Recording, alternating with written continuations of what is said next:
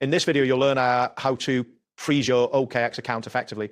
This process is important for securing your account in case of any unauthorized access, or if you need to temporarily stop all activities on your account. Begin by opening the OKX app on your mobile device. Once the app is open, you will be presented with the main dashboard displaying your account information and current market data. Next, locate the profile icon in the top left corner of the screen.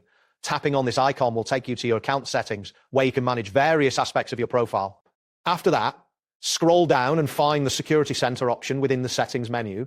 Selecting this will direct you to the security features associated with your account, ensuring that your information is protected. Now tap on the Freeze Account option. This action initiates the account freezing process, and you will be prompted to confirm your decision to lock your account. To proceed, you will need to verify your identity. First, check your email for a verification code that has been sent to the registered address. Enter this code into the provided field to confirm your request. Next, you will also need to enter the verification code sent to your registered phone number.